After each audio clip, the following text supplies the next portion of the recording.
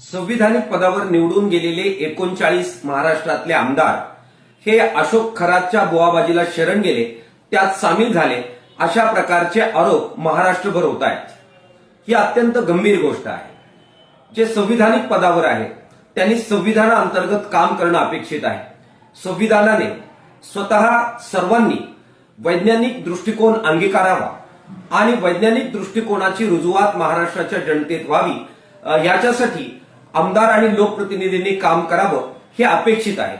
मात्र तसे न करता स्वतः आमदारच बुवाबाजी मंत्रतंत्र या प्रक्रियेला शरण जाणार असतील आणि त्या प्रकारचा आदर्श सगळ्या समाजात अत्यंत वाईटरित्या अंधश्रद्धेच्या बाबत रुजवणार असतील तर ही अत्यंत गंभीर गोष्ट आहे। अशा सामील असणाऱ्या आमदारांना तातडीनं त्यांना हकललं पाहिजे, त्यांचे राजीनामे घेतले पाहिजे। या आमदारांनी अशा प्रकारचे राजीनामे द्यावे अशी मागणी मार्क्सवादी कम्युनिस्ट पक्ष करत आहे। 6 एप्रिल रोजी या मागणीसाठी आम्ही महाराष्ट्रभर तालुक्यामध्ये जबरदस्त आंदोलनाची हाक दिलेली आहे। बाबा खरात याच्यावर कारवाई, त्याच्या साथीदारांवर, त्याला राजकीय पाठिंबा देणाऱ्या सर्वांवर कारवाई आणि त्याचबरोबर जे आमदार याला शरण गेले त्यांचे राजीनामे या मागणीसाठी हे आंदोलन होत आहे।